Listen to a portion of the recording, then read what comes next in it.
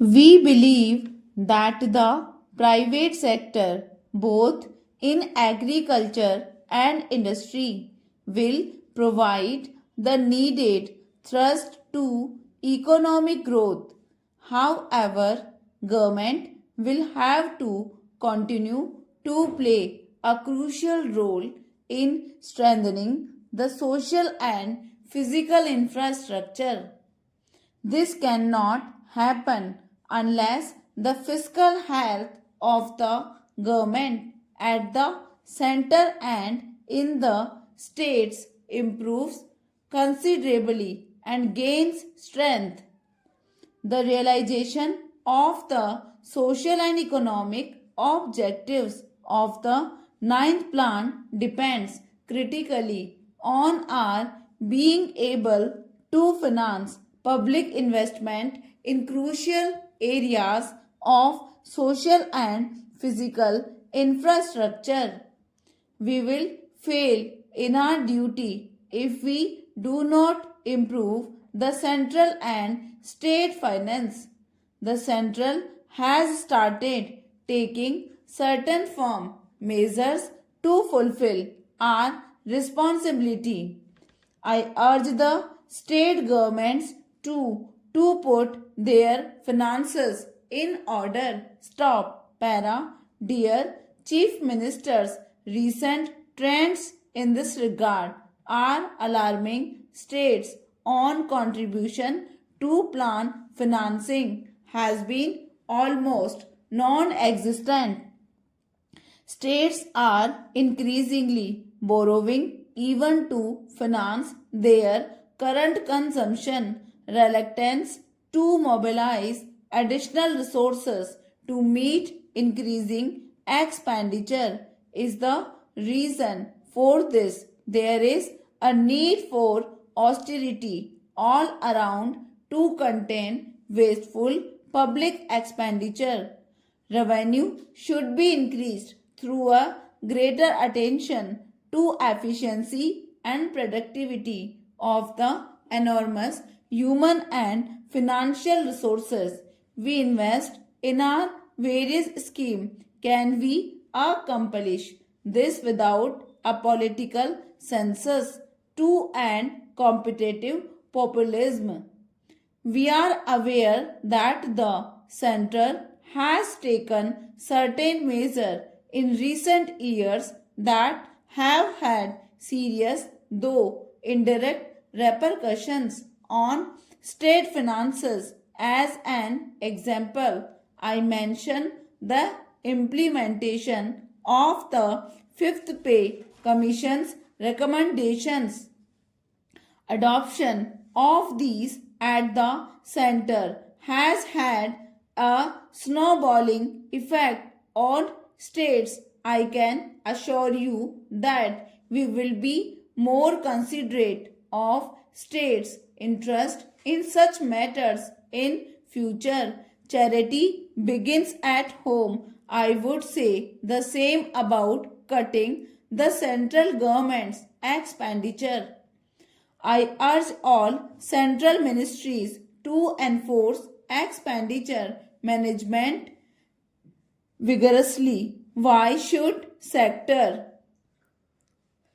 we not have more essential expenditure in the social sector? Today, there is both a need and scope to raise resources through laying reasonable electricity tariffs and irrigation charges.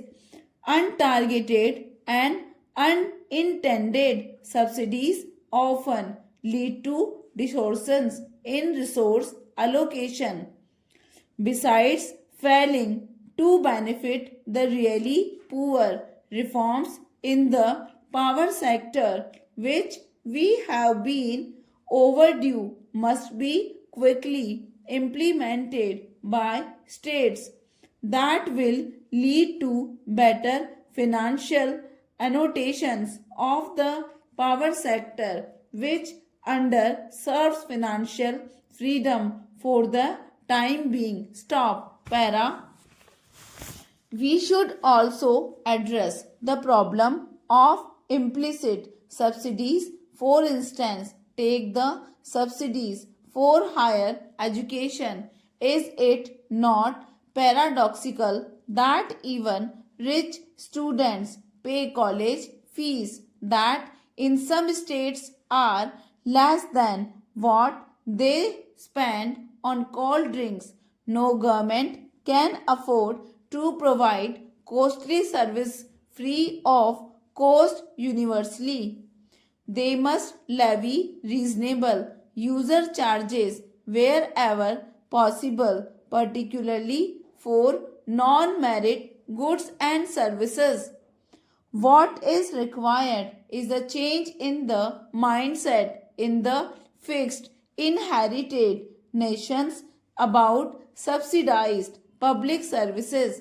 We should not be prisoners of the past. Subsidized services should be restricted to only those who cannot afford to pay. There is tax competition among states to attract private investment. Such policies are harmful as states have lost tax revenue without much influencing investment decisions. This must stop. Better infrastructure, faster decision making, and investor friendly environment are more important in the decision making of the investor community. A practice that is pushing states towards fiscal crisis is the ready extension of guarantees to the borrowing of state level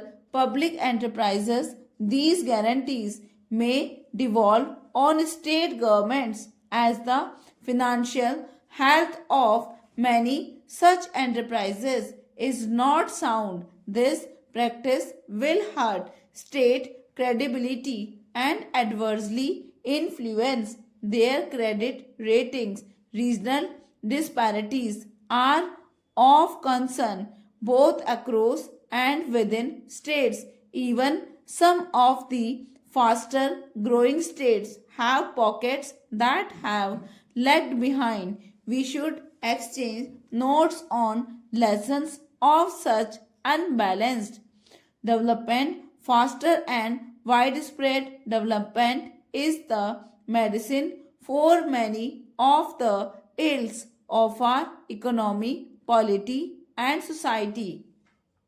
Let us strive to live up to the expectations of the people, especially of the poorest, who are also the majority of voters. Modern communication and media have raised people expectations.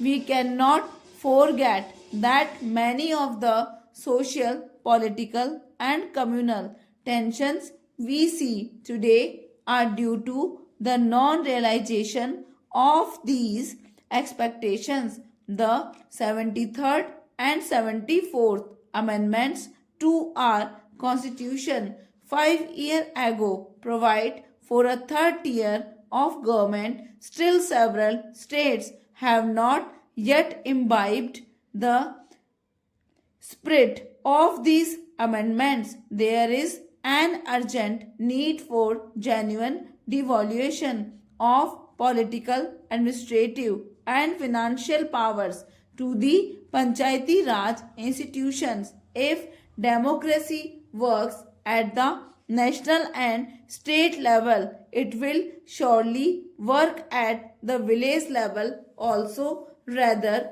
democracy at the national and state levels will only be enriched by extending it to the grassroots. All of us cherish peaceful and orderly progress.